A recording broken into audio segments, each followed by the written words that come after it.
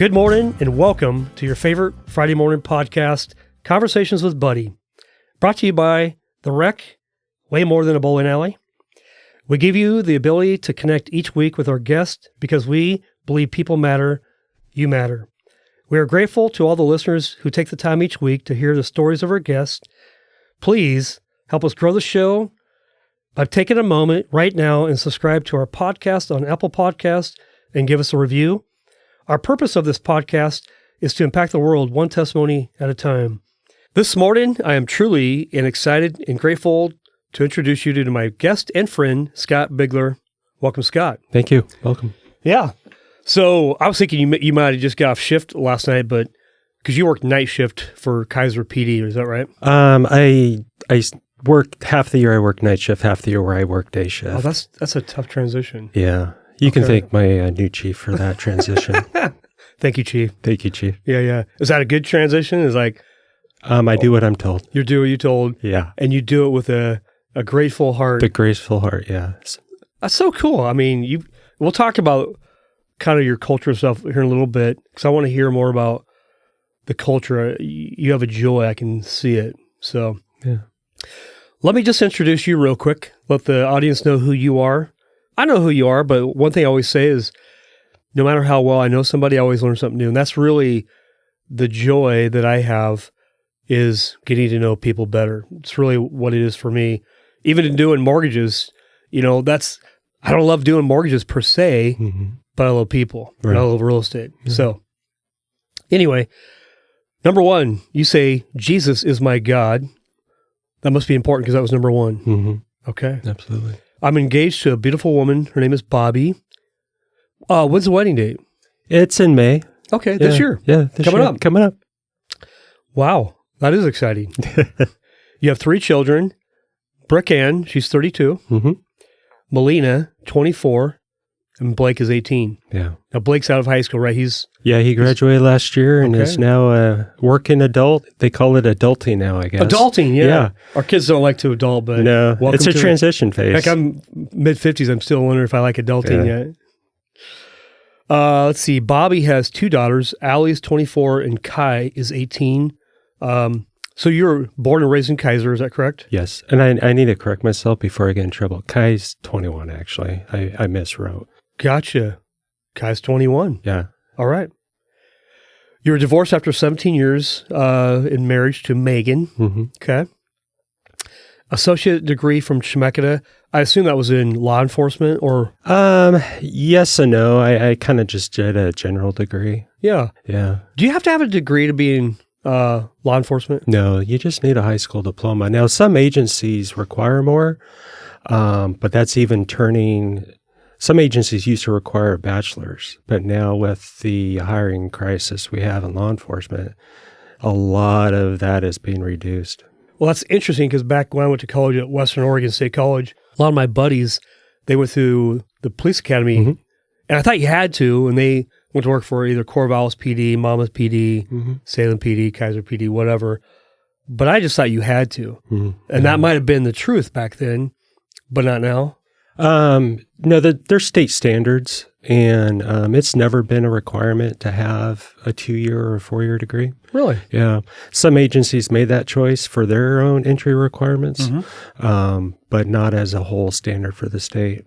Gotcha. Yeah. But it was a degree, and I guess that's something you could choose in college. Like, hey, I'll go into law enforcement. Yeah. Okay. And I know you work night shift, and you're transitioning to day shift. You kind of do both. Yeah, I've worked day shift for the last month or so. Okay. Yeah. And then the last thing you say is you love the Beavers and golf. Yeah. So what makes you love the Beavers? Well, my sister went to OSU. Okay. And I never went the 4-year route just because of money, and I'm not great in the classroom, to be honest with you. Yeah. Studying isn't, why spend money on something that I really don't need? I mean, that led to a journey of picking my career late in life a little bit. Yeah. But yeah, 4-year school wasn't for me. Okay. Yeah. So you didn't just jump into being police, you were something else before. So we'll talk about that in a moment. Sure. The last thing you say, though, you love golf. Mm-hmm. I've known you for a while, but I didn't know you love golf, and apparently you golf quite a bit. I golf when I can, a couple times a month, yeah. Hey, that's perfect, man. Yeah. And I'd love to go golfing with you sometime. Yeah, absolutely. So let's plan that. Well, let's dive in and just, definitely unpack a lot of what we have here. So, so you're born and raised in Kaiser. Yeah. What school did you go to? I guess went, there's only a few schools to go to. Yeah. I went to Kaiser Grade School back when it was at River and Shamawa. And then I went to Whitaker, and then I went to McNary. Okay. Yeah. I mean, there's only one high school, so that's your only choices. Yeah. Salem's got a few more, but... Yeah, and a lot more people, from what I hear, transfer schools nowadays, too, for various reasons. Yeah, yeah. But back then, it was you went where you lived. Yeah. Yeah. Tell me about your family, your mom and dad. Are they still alive? Just tell us about that. I'm curious how they impacted who you are today. Yeah. I was very blessed with a very stable childhood. Yeah. My mom and dad were married for 40 plus years. And in fact, my dad still lives in the house they bought in 1970 in Kaiser. They bought it for $16,000. Wow. Yeah. I wish we could go back to that day and buy about 10 houses or 20. My dad likes to remind me every time I go back down that lane with him is that he made like $2 an hour then too. That's true. That's true. And interest rates were at 12%, 15 or 18. Something like that. So it was a little different, but and then I have a sister who's 6 years older. She made all the mistakes so I could be the perfect child, of course. That's right. Yeah. That's right. And then I had a really good stable childhood. My mom stayed at home. My dad worked it was at West Coast Fruit and Produce, and then it turned into Super Value. Then it turned into Winco bought them out in their warehouse, and that was down where G.I. Joe's and Dick's Sporting Goods on Lancaster is. Yep. Right behind there, it's now the Corrections Warehouse, but it used to be, that whole complex used to be Super Value and Winco Warehouse. So he worked there for 30 plus years. Wow. Never made, I was raised, I didn't know we were low middle class. Yeah. Because I was warm and I was fed and I was loved and nothing else, Nothing else matters, does it? Yeah, no. So had a good childhood, graduated, and didn't really know what I wanted to do for a living. Yeah. Now, you mentioned your mom and dad were married for 40-some years. Are they both still alive? My dad is. My mom fought a long battle with cancer and died in 2012. Okay, but they were married up until that point. Yeah, yeah. And in fact, my dad, one of the things that gave me an advantage in my life is I had a lot of good modeling. And I think that's really important. Modeling. And my dad was there with my mom to the very end. And and she had a long battle, 7 to 8 years fighting cancer. And I finally took her. But yeah. She would have been in her, mid-60s? Late 60s, mid to late 60s. Yeah. Mid 60s, yeah. Yeah. Yeah, she was a good woman. It's interesting. My mom and dad were married for 49 and a half years, and then, my mom battled with COPD, and eventually she died in her mid to late 60s as well. So similar story, just that's why I want to bring that up. But my dad's been a widow ever since. But interesting. Yeah. Okay, so you go to McNary. Yeah, like you and me both, school wasn't really fun. Mm-hmm. Did you go right into Chemeketa, or did you take some time off before you went to Chemeketa? I took a year off. The plan was for me to go to college, but I went to my parents and I just said, hey, I'd like to take a year off, just take a break, I'll be working, and they allowed me to stay at their home for a little bit. Totally. But yeah, I took that year off, and then the following year I enrolled in Chemeketa. But I was always struggling with what I wanted to do and what classroom just wasn't, my thing. Yeah. I hear you. And I was a great student. It wasn't any of that. I just didn't enjoy classroom. I don't know why. Yeah. Right. Well, you can be good at something and actually not like it. Yeah. And that's where people get stuck. They're good at something. Maybe it's their job. They're good at it, but they absolutely hate it and they stay. Right. No, that's misery. That's like probably what hell probably feels like. Yeah. Yeah. Yeah. And then, so during that whole time, I was kind of deciding what I wanted to do. And law enforcement started to be in the picture a little bit because at first I wanted to be a travel agent. right? Too cool. It's fun, right? Absolutely. And back then there was not internet or any of that. So it was like, hey, let's, I'll get to travel for free and do that. And then I had a distant relative who was a travel agent, and computers were coming online. Internet was starting to AOL with the whole dial-up CD thing. Yeah. And she told me, she's like, you don't want this career. Internet's going to take it over, and there's not going to be a career here pretty soon. Don't do it. And I was like, but then I'm like, yeah, maybe I should look at something else. And then in the newspaper one day, I saw an advertisement for cadets for Salem Police. And I was like, oh, well, that sounds kind of honorable and fun. Let's try that. So that's where it all began for you. Yeah, a little bit. Okay.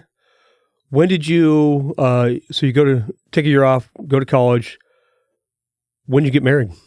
I didn't get married until, I met Megan in my late 20s or mid 20s. Okay. And then I got married in my late 20s.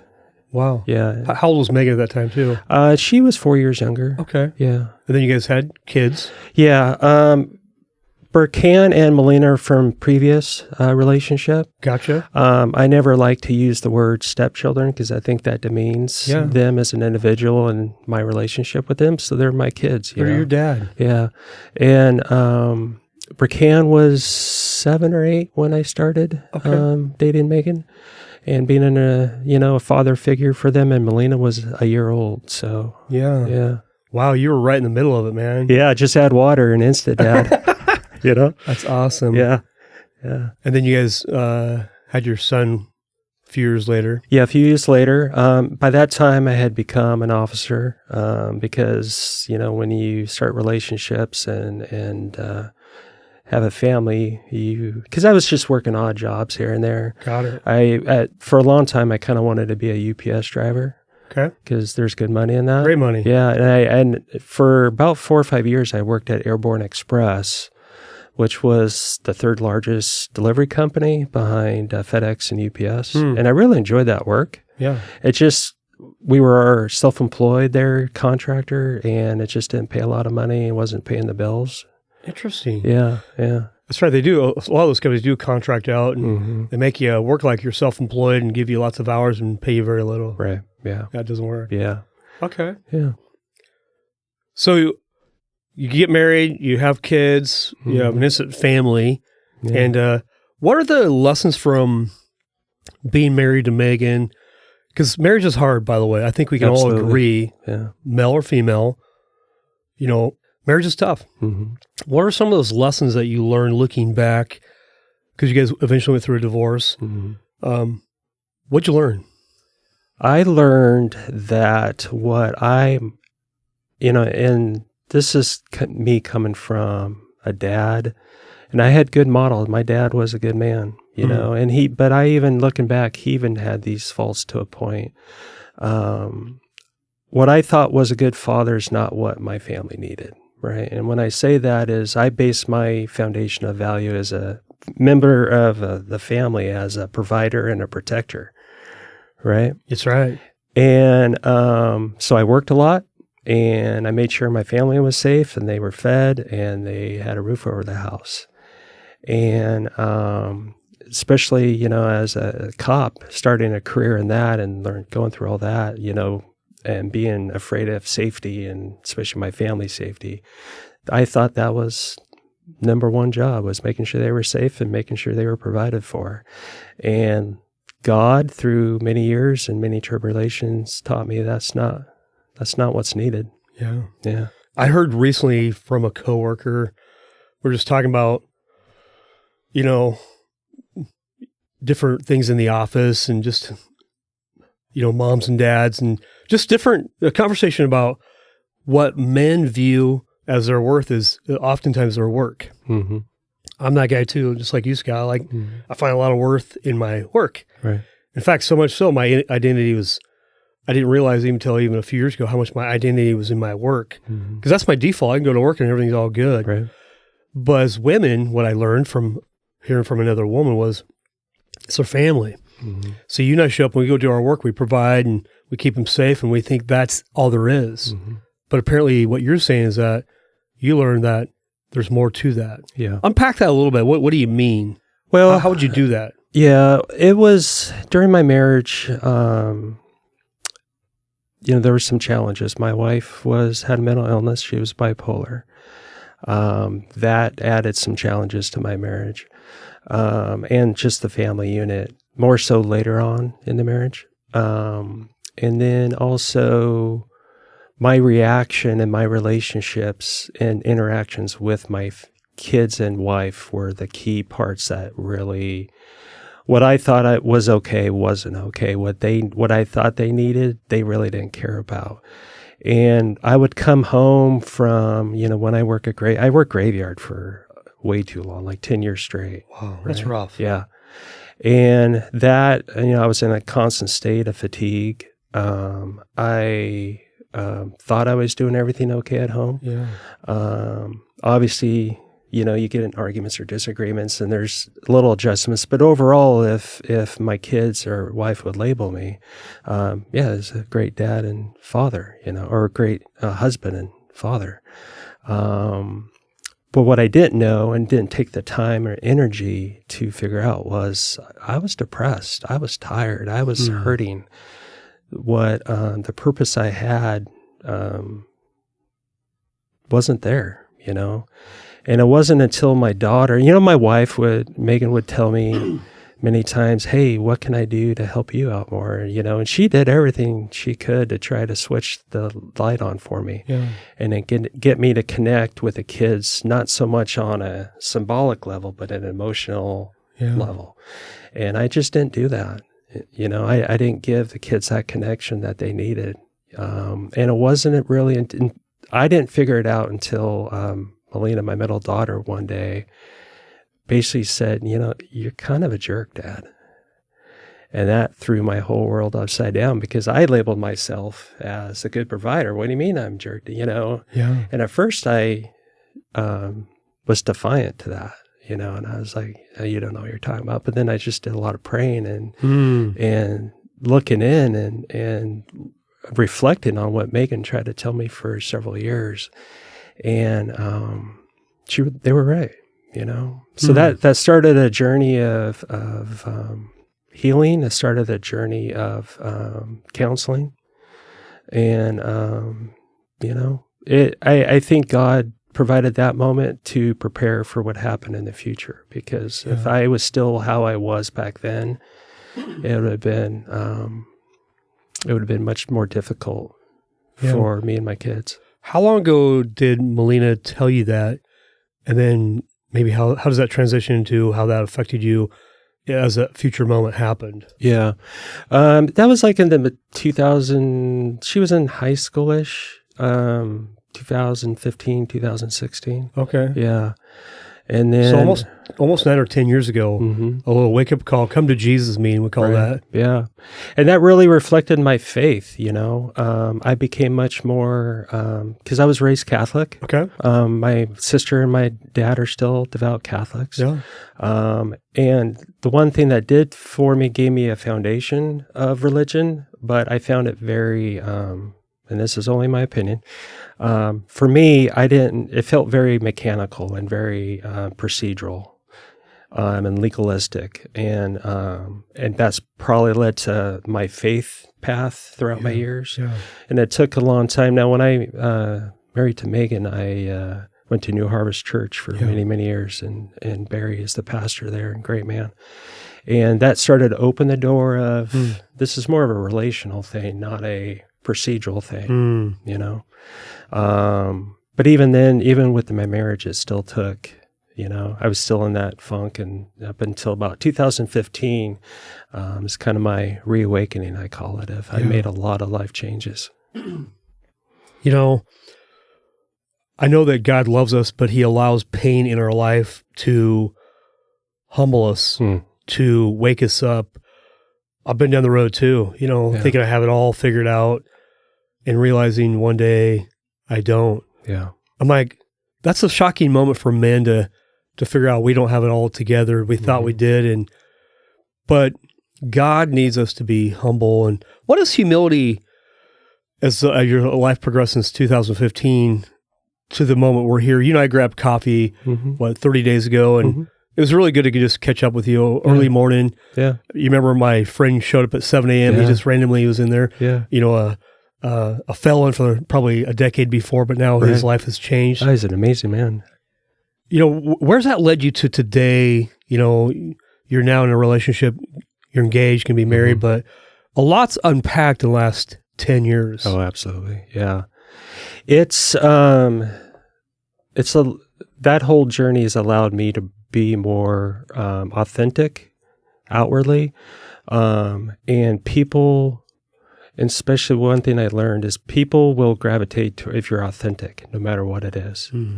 You know, they don't want to be a smoke show. They don't want to be deceived. And a lot in this world we have is, you know, they do what we have for profit, or, you know, everything is presented a certain way. Yeah. And humans, what I found, and no matter if it's in law enforcement or in day-to-day life, they just want authentic relationship and authentic interactions. And that means if you messed up, you messed up. You know, if you are upset, say you're upset. You know, whether it be in your marriage or in your workplace or any of that. You know, so much now is in power and control. Whether it be politics or corporate world, you know, and humans are striving for authentic connections with people, you know. Yeah.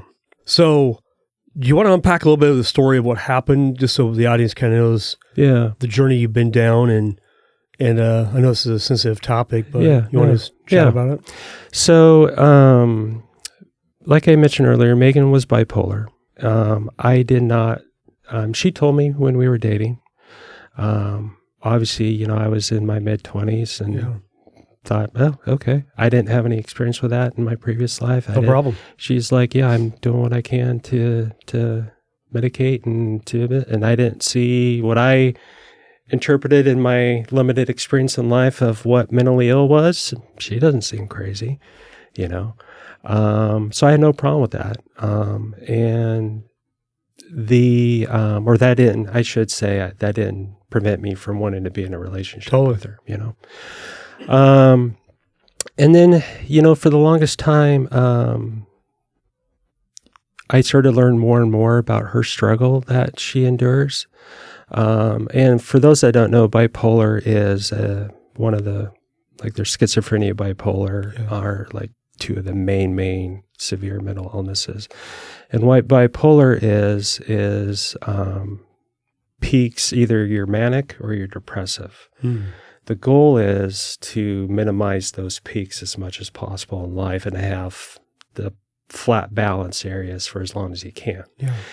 There's no cure for it. There's no, what I learned now over the years, there's no cure for it. There's no totally eliminating it from your life. And in fact, recent research is also suggesting that it's also progressive disease, that it actually does damage to your brain. So it can, the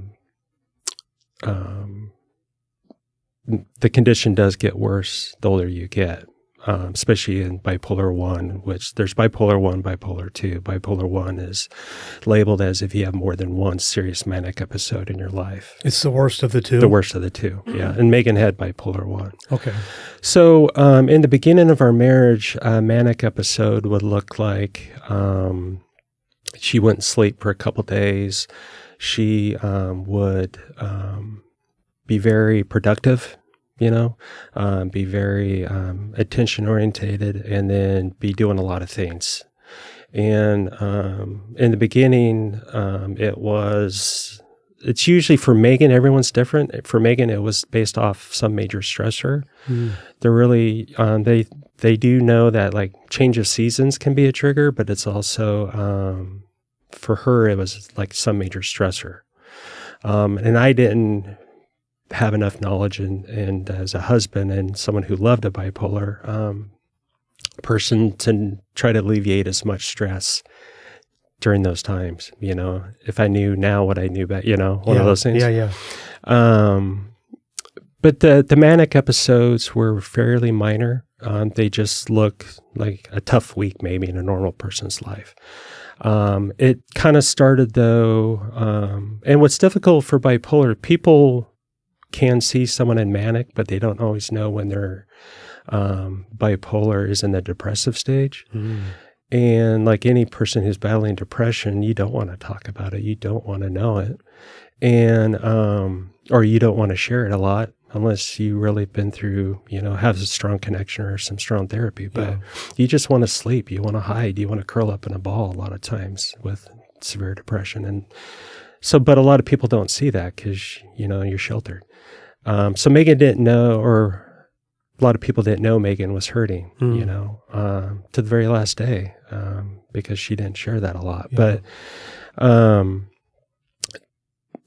so anyway, and it was always a consistent cycle. In the beginning, it was like a week or 2 weeks of manic, and then it was like a month of depressive. But the depressive, they'd always kind of balance. With Megan, it was, if the manic wasn't that going to be bad, the depressive wasn't going to be that bad. Okay, yeah. The depressive was always a little longer. The episode was always a little longer than the manic, but it was kind of weird how that worked. Yeah. And she was never a lady she always took her medicine. She was someone who religiously tried to get better. Yeah. I will say, looking back, the kids and her family and I have kind of said we wish she would have worked harder at the long-term trauma she had in her childhood and that kind of things, because I think that was a triggering factor for her.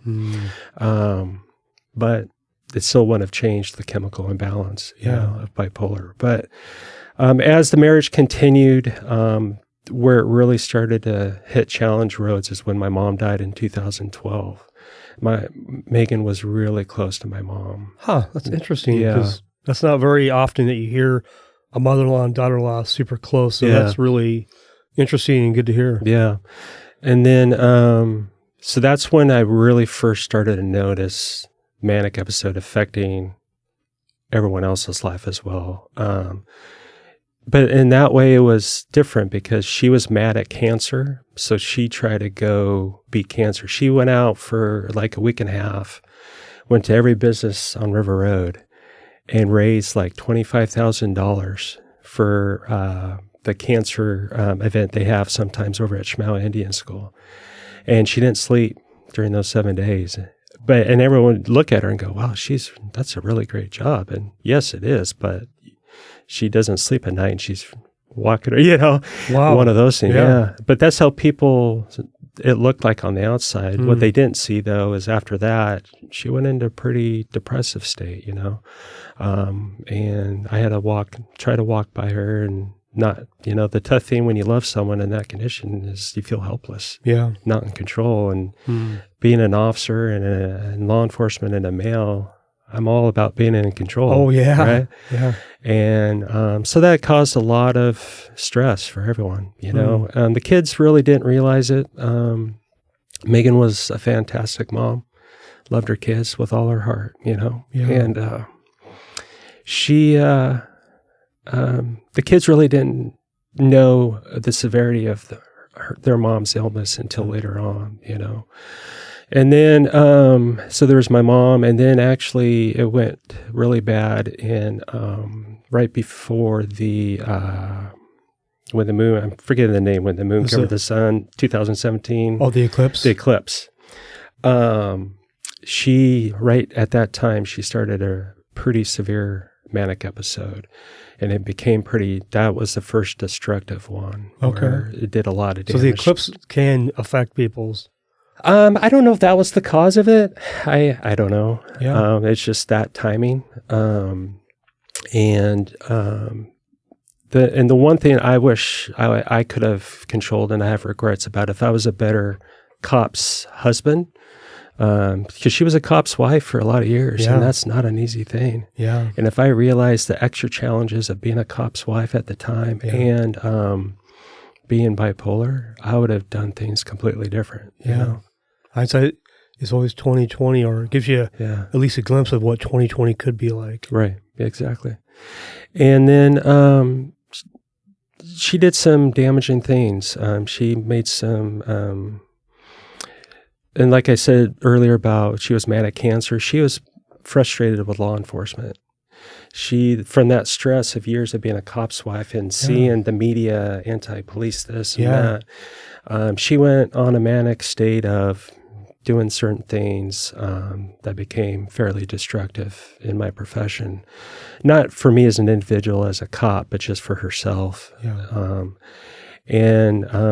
She then tried to rectify that and start a business and spent like $30,000 in a month, rented a store, and just a lot of grandiose things, because that's what a manic episode is. It's a lot of grandiose things, and a lot of big things happen in a short amount of time. And that's where I've really started to, I hit rock bottom there a little bit, because the stress level, is my wife's not sleeping. I don't know where she's at some days.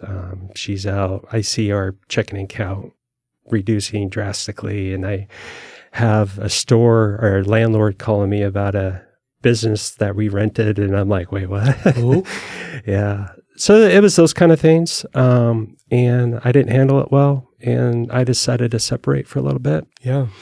That was 2017? 2017. Okay. So I went to live with my dad, and that was a tough time for my kids. And I didn't, they could see things, but they didn't understand completely what mom was going through.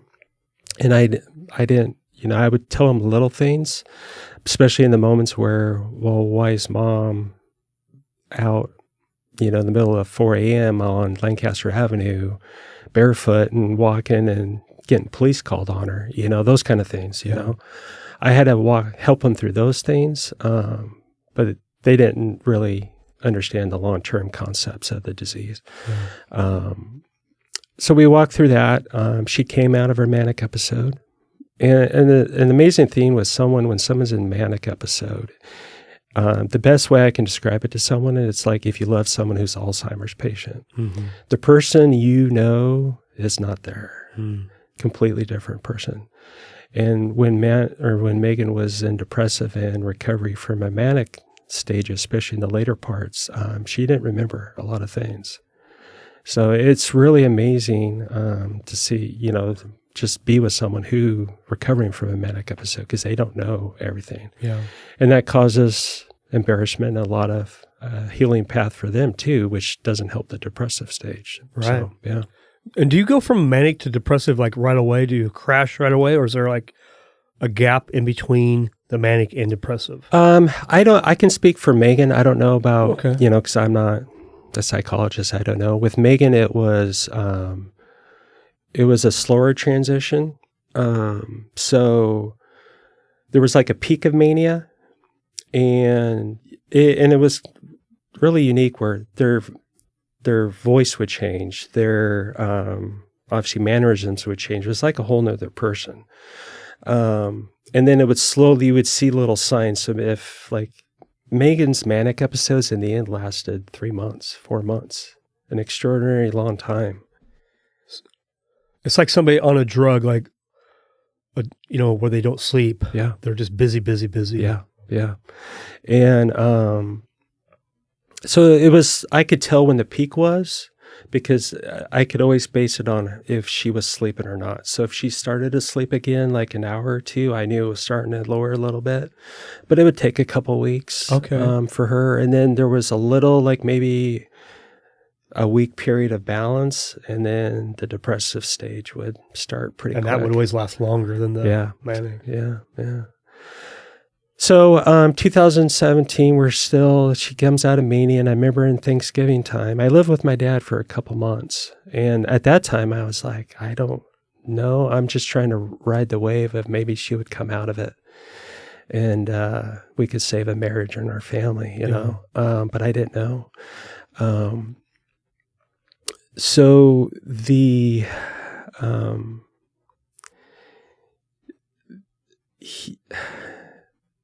how should I say this? At Thanksgiving time, she came back, and she was pretty much out of the manic episode, and she realized a little bit of what happened, and she wanted to try to make it work again. And during that time, in fact, you did one of the mortgages and refinances. Megan thought we were getting a divorce. I didn't want to, but couldn't tell her. anything else other than because she was manic. I was hoping that we could write it out a little bit, but the house was sold. But during that time, she came back and said, "Hey, I'd like to try to make it work again." And I prayed about it I told her, I'm like, I need a couple days because this was pretty traumatic for everyone, But I agreed to try to make the marriage work again. And it was a path of, I needed plans in place when this happened again. Yeah. And I needed her reinsurance to do that. I look back at it now, it's like, well, the reassurance are only as good as long as she's not manic, Right. And I didn't really think about that at the time. And I don't regret anything I did or choices I made because I loved Megan. And it was the best thing for my kids at the time. But we got back together. We bought we stayed in an apartment for a little bit just to see how, the getting back together went in Silverton. And then we bought a house here in Kaiser again, in 2019.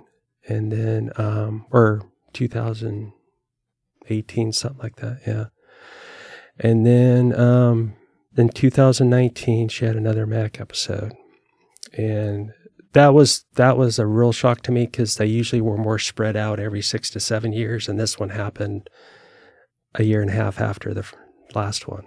So it started getting closer and longer. Right. Yeah. Okay. But I was really proud of her. And the 2019, obviously, is the whole COVID thing and all that, right? Yeah. And the beginning of 2019 was a very tough, even before COVID was a thing, it was probably one of my darkest times of my life. We had a coworker, Dan Carroll, who was dying of cancer, and that was pretty traumatic for us as a department and me as an individual.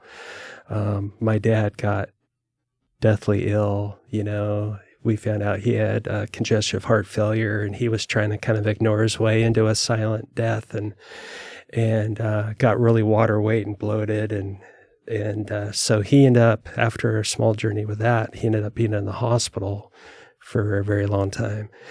So me and Megan were down at the hospital for like 7-8 hours a day with my dad, between my dad and Dan, and they were both in ICU, and Dan's on his deathbed, and the doctors are like, well, we don't know if your dad's going to make it, And then what I didn't think about at the time is the stress impact on Megan, And that started another manic episode for her. That's always the trigger, it seems like. Yeah, with her it was, yeah. Oh.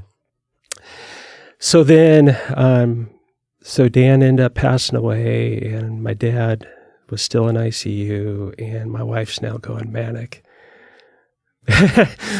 And that looked like, but I was proud of her. She fought, and a lot of people don't understand, unless you've been there with someone fighting this disease, that the battle they fight every day. It's a day-to-day battle. Even in balanced times, quote unquote, they're always fighting it.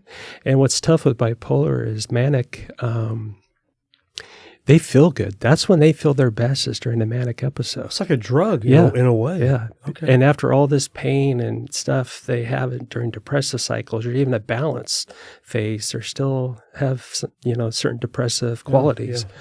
Yeah. They feel at their best. So, but I was proud of her. She tried to fight through that manic episode a little bit. And part of our plan was if we started to see signs of manic episode, she would check herself in at a voluntary hospital up at Kaiser Permanente at Sunnyside in Clackamas, up in the Portland area. And she did that. And that was a first step for her. And I was really proud of her. So she checked herself into the hospital. My dad stabilized to the point where he was able to go to Avamere. And the following day, and Megan had been in the hospital for about 3 days at that point. And the morning of Dan's funeral, Dan's wife had asked me to give the eulogy at his funeral, right? So I wrote that off, and it was an honor, Yeah. What an honor. Yeah. I didn't want to say no to a wife's. No. No. Yeah, you can't do that. You have to do that. Yeah. So I was getting ready for the funeral, and Avamere called. and said, "Hey, we think your dad's not going to make it. He's being rushed down to ER. He's not breathing well. His oxygen's super low." And I was like, "Oh, okay." So I had to call Andrew Copeland, who's now chief at Kaiser. And I said, "Hey, Andy, I need you to," or I call him Cope, "I need you to do the eulogy at Dan's funeral. I can't be there with like an hour and a half notice." And so I went down to ER, and they had the big trauma cart out at my dad's room, and I'm walking up, and I thought my dad had died with all the doctors around and all that, but he was ornery enough to pull through, and ever since that morning, he's had a slow recovery. And it was the end medical report on my dad was like he almost died 3 times, whether he had got sepsis while in the hospital. Wow. His congestive heart failure was he has a leaky heart valve, and then it started into this, I forget the name of it, but older people get like dementia qualities while in the hospital. Okay. Yeah. So he was a hot mess, I like to call it. But he made it through, and he's alive to this day. Yeah. But that day, so my dad was in the ER. I was down there all day, and about to like 5 or 6, some family members had picked up Blake because he was a freshman at McNary. And I'm like, I need to go home and be with my boy, because the next day we're supposed to go up and visit his mom, Yeah. And so I get home and I check in with Blake a little bit. And then right then Megan calls me. And she's in a much chipper voice. She's like, "Hey, just to let you know, I'm checked out. I'm headed home."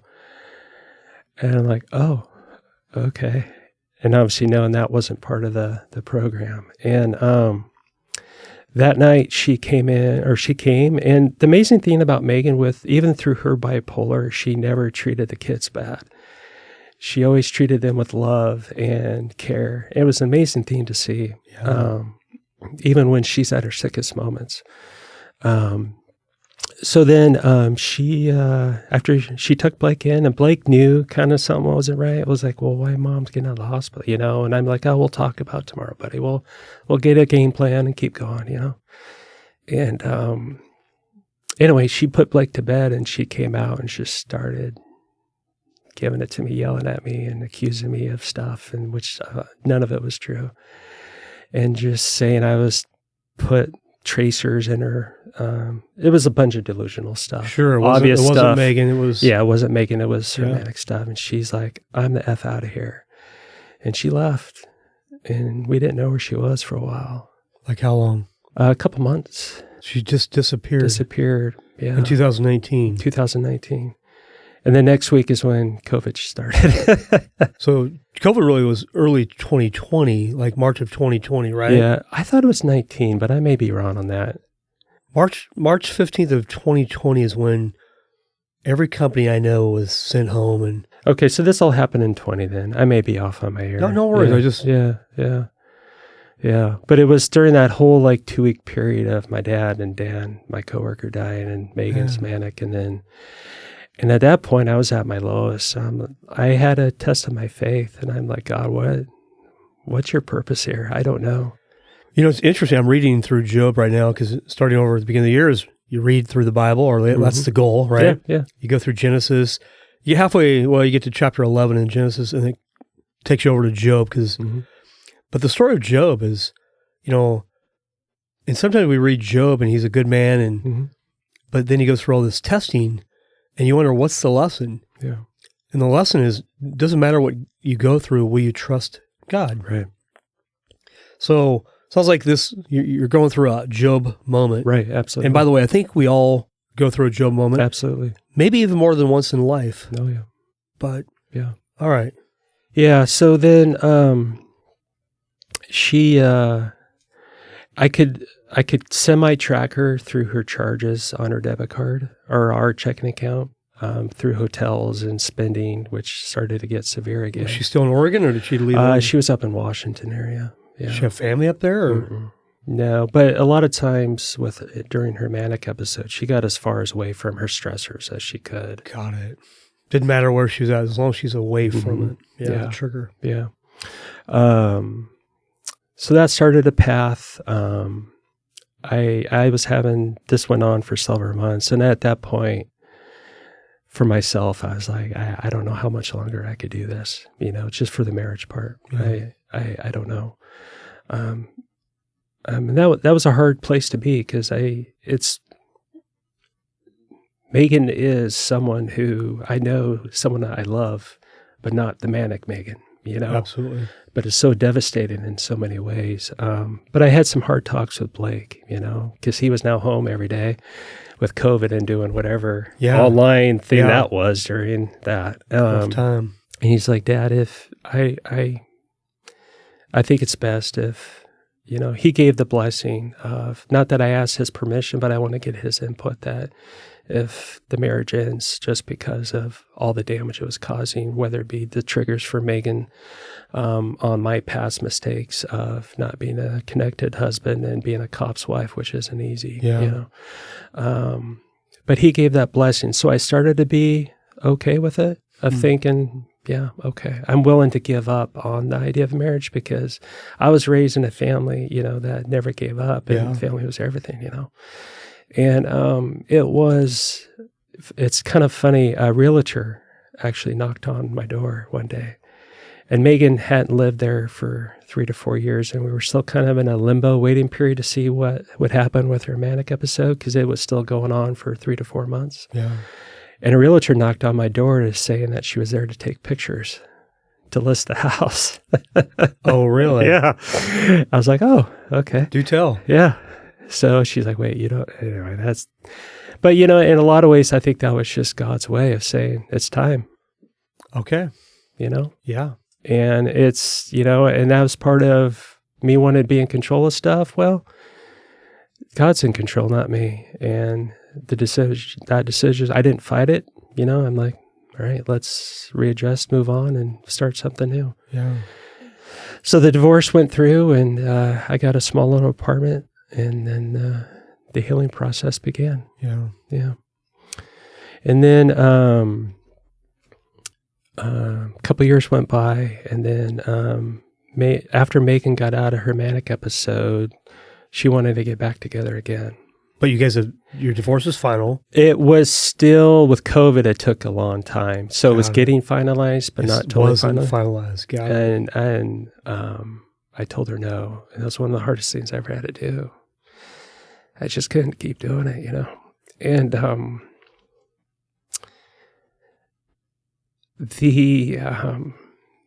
but we agreed to be the best co-parents we could for Blake, because he was having a tough time, with everything going on. The girls were already moved out at this point in time? Yes, for the most part, yeah. Melina had moved out shortly before. Bricanna had moved out a long time ago, and she she has her own child and busy doing her own thing. Yeah. Although they got kind of wrapped up and into it later. But so it was just kind of Blake feeling the day-to-day burden of it. Mm-hmm. And not to take anything away from what Melina and Bricanna went through. It was devastating for them too. But Blake was having a tough time. So we did a lot of good co-parenting, and it was working really well. I always honored Megan to the kids, and I think that's what God would want me to do. Amen. Because the one thing I learned is that kids look to their parents as, that's part me. So if my other parent is mad at them, well, then you're also mad at me, because that's partly me, Yeah. So I refused, even when I was angry or frustrated with Megan, I would never, I would always try to honor her as their mom, And but then she got another manic episode, early last year, and I wasn't as involved.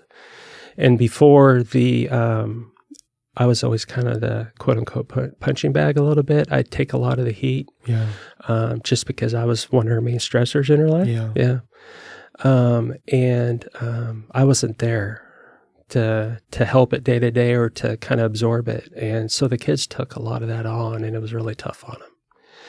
And it was a hard path to see my kids, kind of realize. And I would try to help them little tidbits here and there of what it's like to love someone. And that's when they really realized how serious their mom's illness was. and to worry day to day of where's my mom at, or why did she do this, or, and I just keep telling him, that's, your mom is sick. Your mom, who your mom really is, that's not her, but it was tough. It was a tough journey to walk next to him with, as they try to understand and cope what it is to love someone with bipolar or manic, and then she came out of it, that manic episode, and there was about a couple days she was balanced, and she sent me a nice text saying, "Hey, I'm sorry," because she had called the police a couple times while she was up in Washington during this very last one, saying I was abusing all the children, it was all delusion stuff. And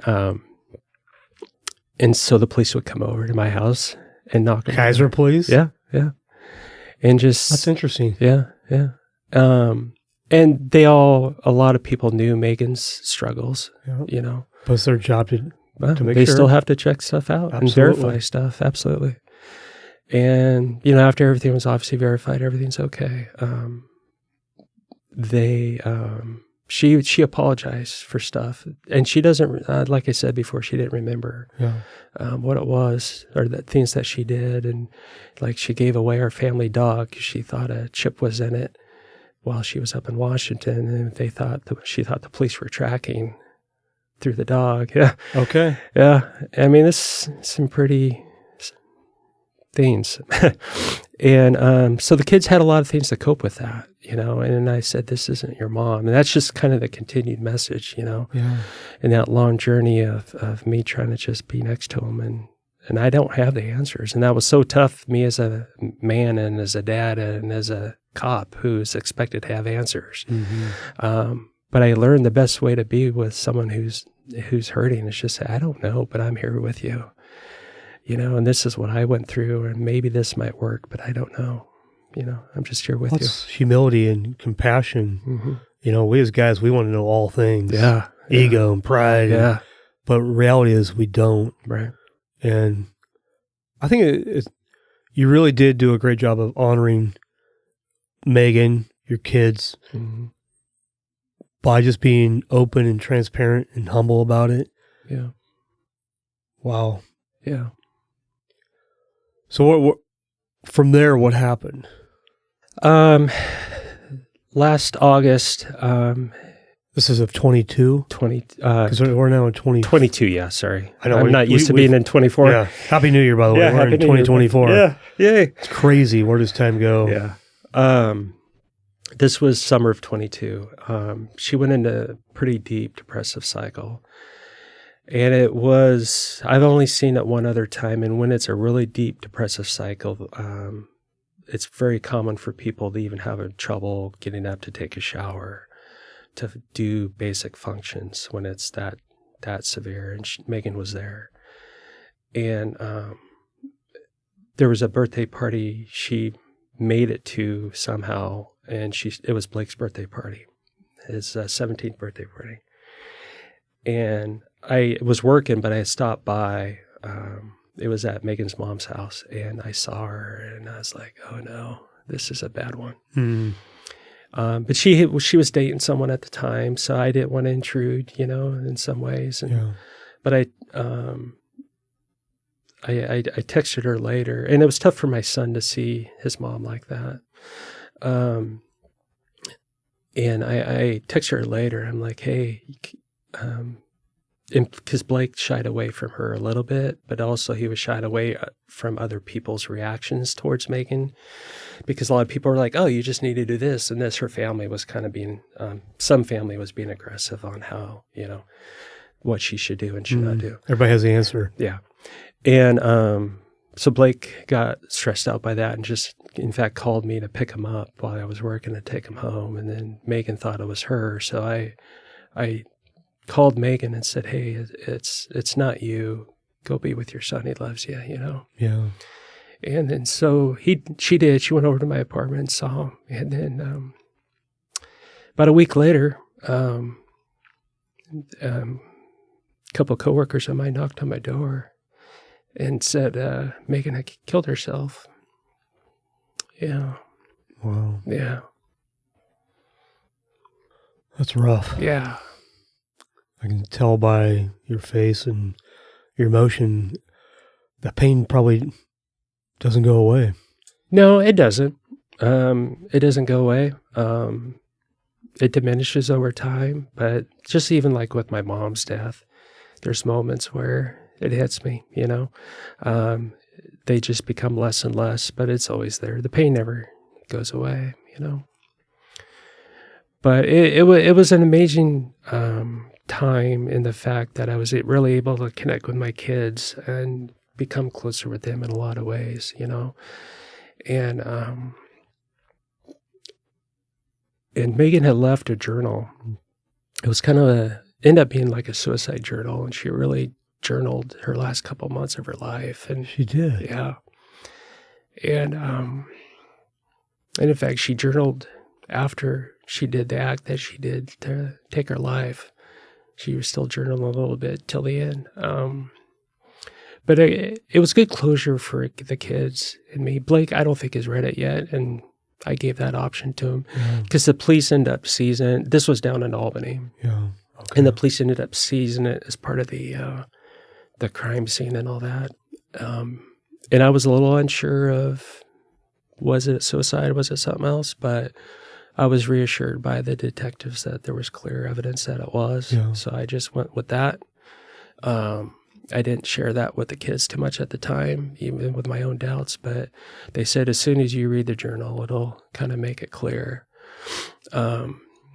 But she had been thinking about this for a while. And the one, you know, without going into a lot of details, because Blake hasn't really read the journal, but she said it was more painful to be alive than it was to be dead. And that was kind of a real impactful thing to just hear her, the pain she was in and the battle she fought every day. You know, a compassion for Megan and people who deal with, you know, mental disorder. Yeah. You know, it's not their fault. No. You know, and they want to desperately be free from whatever pain they're dealing with. But I can only imagine you could lose hope. Yeah. And I think Megan just with her, the nice thing about the journal was it answered questions, and she realized the impact that it had on her kids. The last manic episode, because her kids kind of said, "Mom, this was hard. We need to get you some more help. This isn't working." And rightly so for them, you know, because they were coming to the realization of things. And she was willing to do that. And but then when it came to start doing that, it was very tough for her. She just couldn't pull that trigger. And then she lost hope of, would this ever happen again? And all the research is saying that it's a progressive disease. Yeah. So she didn't have hope because she took her medication and it just still kept getting worse. Yeah. Well, through all this, God still has a plan. Yes. For you, for Megan, for your kids. Yeah. And now you've transitioned. You began dating a lady. Mm-hmm. You got engaged. Yeah. What does that mean to you? As Bobby says, it's our redemption story, you know, and it was quite a journey because I met Bobby before Megan committed suicide, you know, so it was something that, in fact, Megan's suicide is what convinced me to marry Bobby, to ask her to marry me. Okay.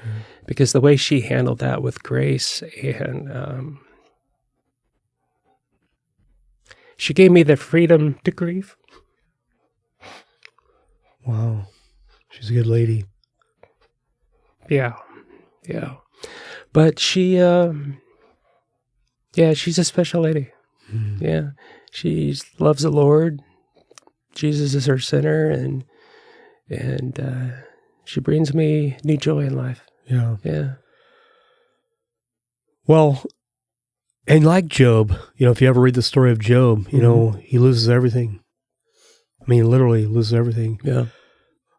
But God's redemption is he strips you naked, and then he reclothes you with his glory and his blessing. And Job received double his blessing, double whatever he had, but he knew it was from God. Yeah. And I know this is, I don't know what you went through, Scott. This is your story. I hear you, and I know somebody out there will be going, yep, I understand. Mm-hmm. But pain is pain, Mm-hmm. and we all deal with pain. Yeah. Just has a different name to it. But I believe God does it to all of us because He wants to. He loves us enough to draw us into Himself, and unfortunately, pain is the only mechanism that He can allow. He doesn't cause it, but He allows it to draw you into Himself. And you can either get angry and blame God and, go live a different life, or you can be humbled by it and let God change you. And what I see is God, you and I had this conversation over coffee even 30 days ago, and I've known you for a long time, but I don't think I ever knew your faith. And so for me, I can see it clearly where God's working in your life. So it's really refreshing. Unfortunately, it came through a lot of pain. Yeah. Well, how I looked, my faith journey through all these things was fairly simple. I looked at it as God knows what's going to happen in the future, right? He knew this was coming, and He knew I was stubborn enough not to change on my own.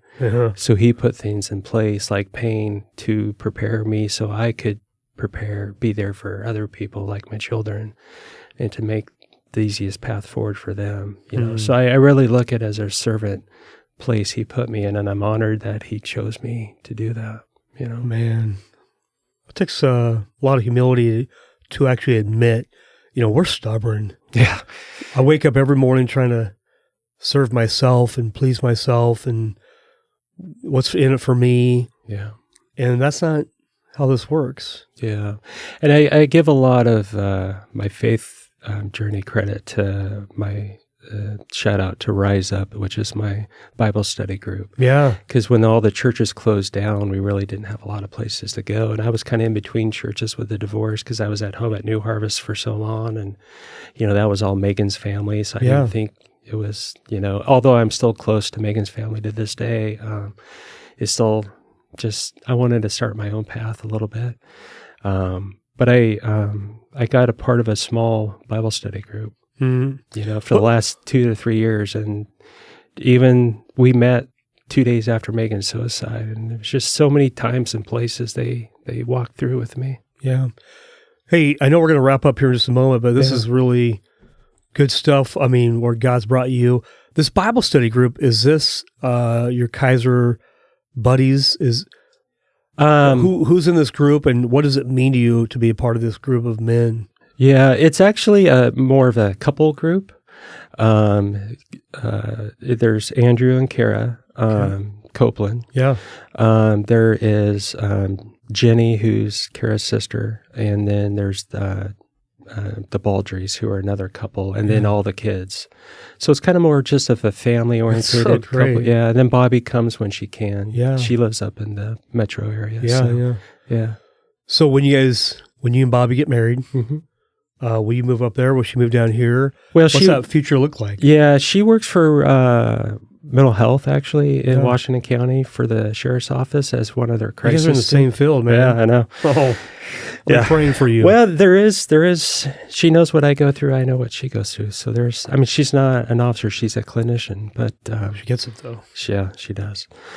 So we're going to probably pick a spot in between, like Wilson. She lives in Wilsonville currently, so we'll probably pick a spot in Wilsonville, Newburgh area. Yeah, right on. Yeah. Well, Scott, I know this is a lot to unpack, and I really enjoy time with you. I appreciate just hearing how you honored Megan. That's really a big deal. Yeah. You couldn't fix it. It wasn't your job to fix it. It was the journey that God was going to allow, lessons to be learned. And, I love the verse, His mercies are new every morning. So this morning I woke up and His mercies are new this morning for you and me and for anyone who wants to believe that. Amen. So, well, I'll be checking in on you guys. I hope your wedding goes well. And any big plans for a grandiose honeymoon? Going anywhere? we're kind of outdoors people. Yeah. Yeah. So we're actually just booked the other day. We're taking a road trip up to Canada to go to Banff and Jasper National Parks up in that area, the Rockies of Canada. How cool is that to start off your marriage and get away and unplug? And, Yeah. Well, Lord bless you and your family as you're on a new journey. Thank you. Pray God's blessing upon you guys, and I'll be praying for you for sure. Thank you, buddy. Well, thanks for being here today. Thank you all for listening today. It was fantastic to just hear the story and unpack a really difficult thing, and I hope you gain something from this and really just learn to appreciate your family and really honor them and really pay attention to those, especially for men, to pay attention to the cues we don't get that our wives probably give to us time and time again, but it's all relational, not what you bring to the table. Amen. Well, thank you. Have a great week. We'll see you next week. Thank you all for taking the time each week to be encouraged, challenged, and loved. Remember what Jesus said? I'm the way, the truth, and the life. No one comes to the Father except through me. My hope and prayer is that you believe the words of Jesus. We'll see you next week. Thanks so much.